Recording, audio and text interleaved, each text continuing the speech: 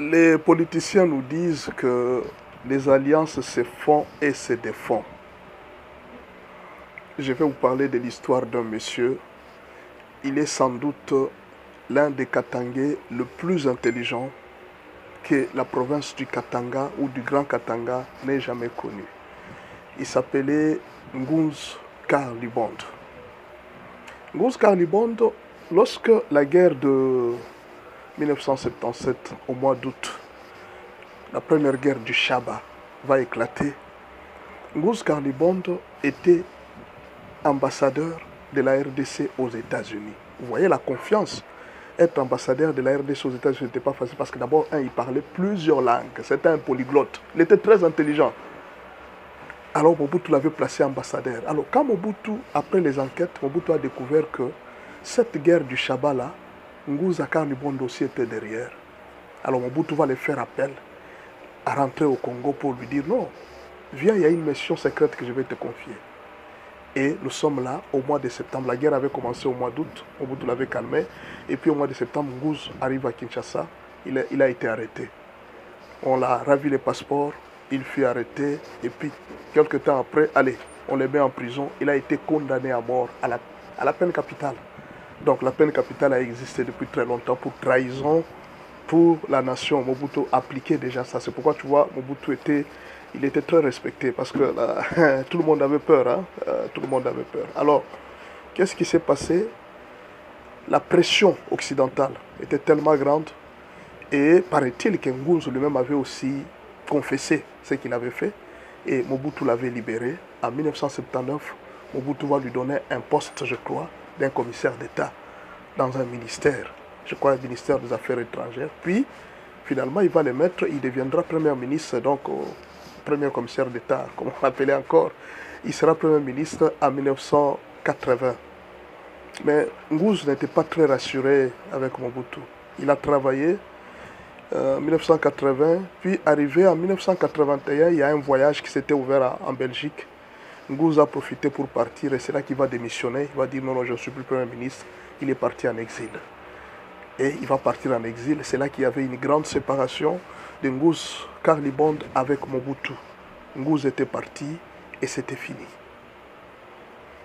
Pendant très longtemps, Ngunz est resté à l'étranger. Et tout s'est fait maintenant. Il y avait ce qu'on avait appelé la conférence nationale souveraine. Tout le monde était revenu. Tous les opposants de Mobutu qui étaient à l'étranger, à part Mouzé bien sûr, il y avait de Nathael Mbouma qui était venu de l'Angola, lui aussi il était venu. Donc il y avait vraiment une grande réconciliation nationale lors de la conférence souveraine. Après tractation, tiraillement de cette conférence nationale souveraine, on va faire sortir un premier ministre. Et le premier ministre sera Étienne Tshisekedi Wamulumba. Ce jour-là, on n'avait pas dormi. En tout cas, aujourd'hui, les gens parlent de la révolution orange, les maillots jaunes. Nous, ce jour-là, c'était la révolution cravate. Donc, on ne s'était jamais... donc, être de l'opposition était porter une cravate. Je me rappelle encore ce jour-là, on n'avait pas dormi toute la nuit. Parce qu'on avait fait l'élection dans la conférence souveraine. Étienne était sorti, je crois, vers 5h ou 4h du matin. C'était terminé, on n'avait pas dormi. Et le matin, il est parti à l'église, on a chanté pour lui, Nzamba Ponio, Salelaye, tout ça. Et nous tous, on n'avait pas de cravate. On était obligés de fabriquer des cartons, des papiers qu'on mettait là sur la chemise comme cravate. Et là, c'était la révolution cravate. Parce qu'avec Mobutu, c'était Abacoste. Mais nous, là, c'était déjà la révolution cravate. Et les choses ne vont pas durer. Je crois, 48 heures après, Mobutu va révoquer le Premier ministre. Parce que Étienne Tshisekedi avait refusé de ratifier sur le document de l'investiture. Il avait barré deux articles qui ne lui plaisaient pas. Il trouvait que Mobutu avait plus de pouvoir sur lui et il pouvait le manipuler à son propre gré. Et Étienne Tshisekedi, comme il était très radical, il avait biffé les deux mentions, les deux articles. Et un document officiel biffé, c'était comme si vous venez d'injurier le président de la République. venait de saboter le président de la République et Mobutu l'avait révoqué sur place. Les tensions ont encore commencé, les tractations ont encore commencé, l'union sacrée, et puis il va se créer une autre union sacrée rénovée, tout ça, il y a eu beaucoup trop de problèmes. Et cette fois-là, Mobutu va récupérer Ngouze à Carlibonde. C'est là qu'il va trouver sa vengeance. Ngouze à Carlibonde est devenu premier ministre. D'après certaines indiscrétions, on va nous dire que Mobutu lui avait même donné une femme. Et Ngouze était là pour les contrôler très bien. Et Ngouze était là, il a dirigé le pays, il était malmené par la présidence de Mobutu, il n'avait pas les mains libres. Et peut-être que là, c'est là qu'on avait donné raison à Étienne Tshisekedi d'avoir refusé de travailler avec Mobutu avec ses articles. Ce que Tshisekedi avait refusé, Ngouze avait accepté. Vous voyez le problème? Et Ngouze a été malmené, il n'avait plus rien faire. Ce qui fait que les statuts d'opposant qu'il avait d'un opposant charismatique avaient disparu. Il avait perdu toute sa crédibilité au sein du pays et on ne parlait plus de Ngouze. Et d'ailleurs, jusqu'aujourd'hui, même la génération qui est là, beaucoup de gens ne connaissent pas Ngouze à Carlibonde. C'était un premier ministre. Pourquoi j'ai choisi cette histoire? J'ai choisi cette histoire pour parler des alliances politiques. Souvent, les politiciens oublient très vite. Peut-être Ngouze avait déjà oublié. D'après certaines indiscrétions toujours, il paraît qu'il était empoisonné. Sa mort, c'était quelqu'un qui était empoisonné et il était mort comme ça, sans honneur, sans quoi. C'est fini, il était parti.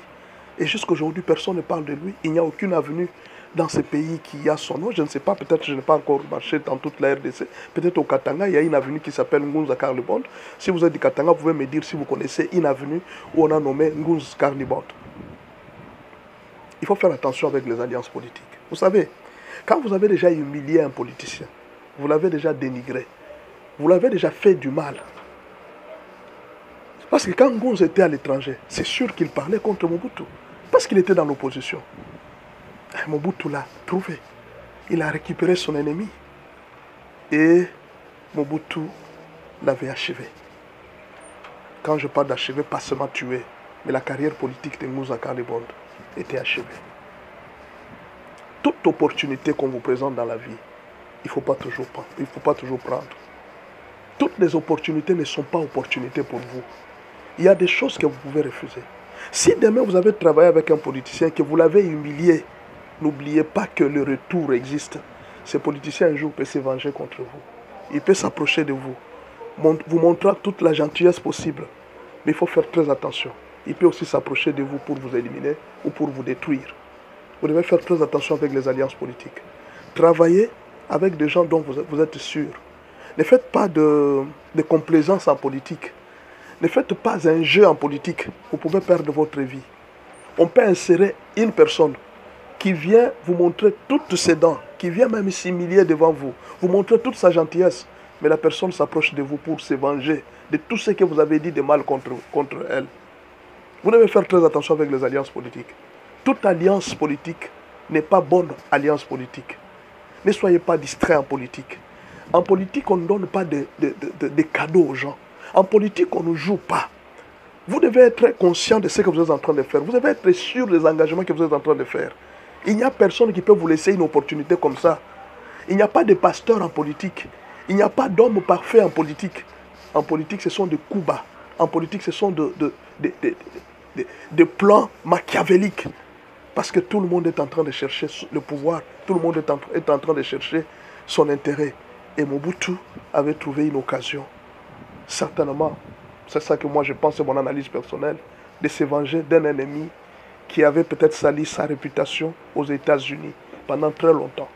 Parce que s'il y a des gens qui ont travaillé dans l'opposition à l'étranger, Félix était au pays, mais les autres opposants étaient aussi à l'étranger. Ngouze à Carlibonde était aussi l'un de celui qui avait parlé de Mobutu pour que les Occidentaux ne puissent plus le soutenir. Voyez-vous, certains problèmes qui nous arrivent à un certain moment, nous ne savons pas nous rendre compte de cela. Faites attention avec les alliances politiques. Vous pouvez perdre votre carrière. Ne soyez pas pressé en politique. Parce que vous trouvez une opportunité. Non, en tout cas, je prends. Non, ne prenez pas toute opportunité en politique. Soyez sûr de ce que vous êtes. Soyez sûr de votre capacité. Vous pouvez générer plus que ce que vous êtes en train de penser. N'acceptez pas n'importe quoi en politique. N'acceptez pas parce que je manque à l'eau, j'accepte. Mieux vaut mourir comme ça